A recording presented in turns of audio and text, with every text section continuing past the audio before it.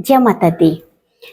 राहु केतु राशि परिवर्तन कर चुके हैं और जब भी गोचर में जो भी ग्रह राशि परिवर्तन करते हैं तो उसका असर सभी के जीवन में पड़ता है। मनुष्य के जीवन में भी पड़ता है, पशु पक्षी के जीवन में भी पड़ता है और पेड़ पौधों पर भी उसका असर पड़ता है। पूरी धरती पर जो है ग्रहों का गोचर होने में उसका असर पड़ता है। राहु केतु दोनों ही जो है छाया ग्रह हैं और जब भी राशि परिवर्तन करते हैं तो ये जो है अच्छा फल भी देते हैं, बुरा फल भी देते हैं। अब ये अच्छा बुरा फल कैसे देते हैं कि अगर ये ग्रह कुंडली में आपके किसी भी राशि के साथ में है या किसी भी भाव में बैठे हुए हैं तो उस तरह से आपको अच्छा और बुरा फल देंगे। अगर ये आपकी कुंडली में अच्छे भाव में बैठे हैं तो आपको अच्छा प्रभाव देंगे और गलत भाव में बैठे हैं तो आपको गलत प्रभाव देंगे। केतु को हम अगर सीधा सीधा देखते हैं तो केतु हमें मोक्ष की तरफ लेकर जाता है और राहु हमें मोह देता है। राहु हमें हर तरह से मोह देता है। मोह आपको धन का लोभ दे देगा, धन का मोह दे देगा। आप गलत कार्य करना शुरू कर देंगे जिससे आप धन अर्जित करेंगे या फिर आप किसी के मोह में ऐसे पड़ जाएंगे। किसी के मोह में पड़ने का मतलब आप किसी के साथ में किसी भी तरह से रिलेशनशिप में आ जाएंगे, किसी से आप प्यार करना शुरू कर देंगे। वहां से भी जो है आप जो है नकारात्मक भाव में आ जाएगा, आपको एक मोह हो जाएगा क्योंकि राहु हमें कभी भी जो देता है वो गलत डायरेक्शन ज्यादा दे देता है। केतु हमें जो है वो मोक्ष की तरफ लेके जाता है। अब ये मोक्ष जो है किसी भी तरह का मोक्ष हो सकता है।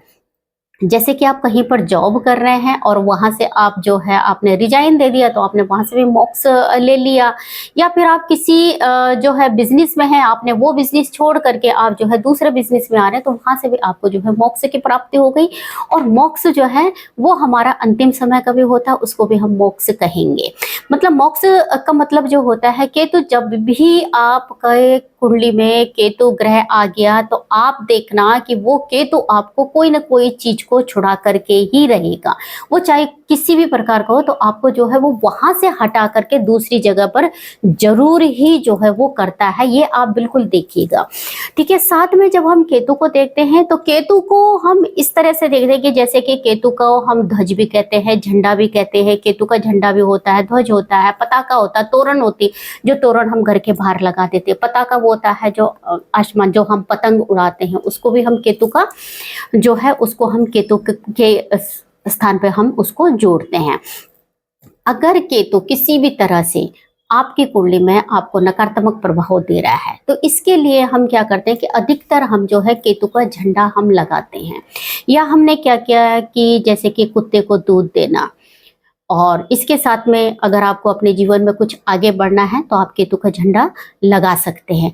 झंडा जो है कई प्रकार के होते हैं। तिरंगा जो होता है वो हमारे देश के आन बान शान है, जो तिरंगा होता है। उसके साथ में देवी देवताओं के नाम से भी हम झंडा लगाते हैं, जो कि देवी का जो झंडा होता है वो लाल होता है और भगवा झंडा होता है। पीला झंडा होता है जो गुरु का झंडा होता है। भगवा झंडा जो होता है वो सनातन धर्म के लिए जो है वो माना जाता है और साथ में हम हनुमान जी के लिए भी लगाते हैं। केतु का भी होता है। इसके साथ में आपको अगर आपकी कुंडली में मंगल और केतु एक साथ में बैठे तो अंगारक दोष बना देते हैं। अंगारक दोष बनाते हैं तो कई जगह पर ऐसा होता है कि मंगल जो है भाई का प्रतीक होता है। मंगल हमारा जो है वो जमीन से संबंध रखता है, भूमि से संबंध होता है, भाई का प्रतीक होता है। और इसके साथ में मंगल जो है हनुमान जी से भी हमें जो है वो जोड़कर मानते हैं हम उसको। तो अगर आपकी कुंडली में प्रॉपर्टी से लेकर के किसी भी प्रकार का जो है वो जो है कोर्ट कचहरी का मामला हो रहा है और आपको लगता है कि मंगल केतु आपकी कुंडली में जो है वो दशाओं में चल रहे हैं, मंगल केतु आपके कुंडली में एक साथ बैठे हैं, अंगारक दोष बना रहे हैं और घर के अंदर कलेश हो रहा है, भाई भाइयों के बीच में कलेश हो रहा है, या आपको जो है कोर्ट कचहरी इन सब चीजों में जो है आपको कलेश लग रहा है, तो आपको क्या करना है कि एक जो है आपको ऑरेंज कलर का झंडा, आप भगवा झंडा जो है आप हनुमान जी के मंदिर में आप जो है उसको चढ़ा सकते हैं अपनी मनोकामना बोल करके। एक आप इसको कर सकते हैं। सेकंड आपको क्या करना है कि अगर आपकी कुंडली में केतु आपके 12वें भाव में बैठा है या आपके भाग्य स्थान में बैठा है, भाग्य स्थान भी जो बनता है वो जो है गुरु का स्थान है, और 12वां भाव जो होता है वो भी जो है गुरु का स्थान है, मीन राशि का होता है। और आपको लगता है कि यहाँ पर केतु बैठा है लेकिन आपको लगातार परेशान कर रहा है, आपको दिक्कत आ रही है, तो आपको क्या करना है कि पीला रंग का झंडा आप जो है किसी भी मंदिर में आप लगवा सकते हैं, लगा सकते हैं। इस कार्य को आप जो है वो कर सकते हैं। अगर ऐसे आप करेंगे तो जो आपकी समस्या, जो किसी भी प्रकार की समस्या आ रही है वो जो है समाप्त हो जाती है। सेकंड आपको क्या होता है कि अगर आपकी कोई भी मनोकामना पूरी नहीं हो रही है या आप अपने जीवन में आगे बढ़ना चाहते हैं, आप जो है कुछ आपको ऐसा लग रहा है कि हाँ हम जो है कुछ आप गुप्त ज्ञान लेना चाहते हैं या आप आध्यात्मिक क्षेत्र में जाना चाहते हैं, आप आध्यात्मिक होना चाहते हैं लेकिन हो नहीं पा रहे हैं और आपको जो है बहुत अड़चनें आ रही हैं और आपका जो है ग्रह भी सपोर्ट नहीं कर रहे, तो ऐसे में आपको क्या करना है कि आपको लाल रंग का झंडा अपने इष्ट देवी देवताओं के नाम से जो है वो लाल झंडा आप लगा सकते हैं। इस झंडे को आप अपने घर के उत्तर और पश्चिम, उत्तर पश्चिम की दिशा में आप जो है वो लगाएंगे। अगर आपने ऐसा करा तो आप खुद देखना कि आपके जीवन में जो है धीरे धीरे जो है वो तरक्की होनी शुरू हो गई, आपके अंदर एक ऊर्जा बढ़नी जो है वो शुरू हो जाती है।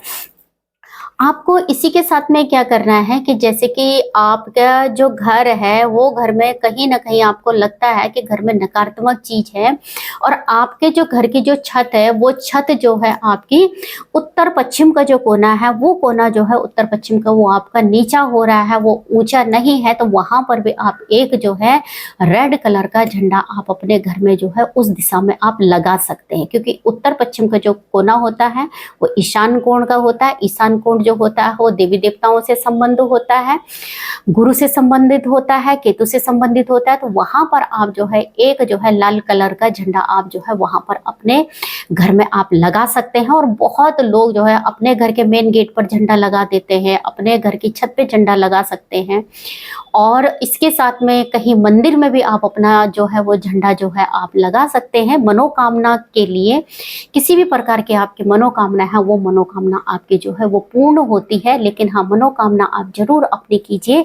आपकी मनोकामना के अनुसार अगर आप करते हैं तो आपका जो है बहुत अच्छा आपका ये होता है। इसके साथ में कोई भी व्यक्ति अगर राजनीति में सफल होना चाहता है, राजनीति के क्षेत्र में है, या वो अपने कैरियर को लेकर के बहुत कुछ करना चाहता है, करियर के लिए वो करना चाहता है, और उसके 10वें भाव में जो है 10वें भाव में मंगल और केतु एक साथ बैठे हुए हैं, तो ऐसे व्यक्ति भी जो है, ऐसे व्यक्तियों को भी जो है वो झंडा लगा सकते हैं। वो हनुमान जी के मंदिर में जाकर के जो है ऑरेंज कलर का झंडा वहां पर लगा सकते हैं और अपनी मनोकामना बोल सकते हैं। आप देखना धीरे धीरे आपके कार्य जो है वो बनने भी शुरू हो जाते हैं। और वैसे जो है अपनी कुंडली के अनुसार अपनी कुंडली में जरूर देखें कि आपका केतु कहाँ पर बैठा हुआ है और केतु कहाँ बैठा, और आपको कौन सा रंग का आपको झंडा लगाना है, कौन सा कलर का आपको झंडा लगाना है, किस स्थान पर आपको झंडा लगाना है।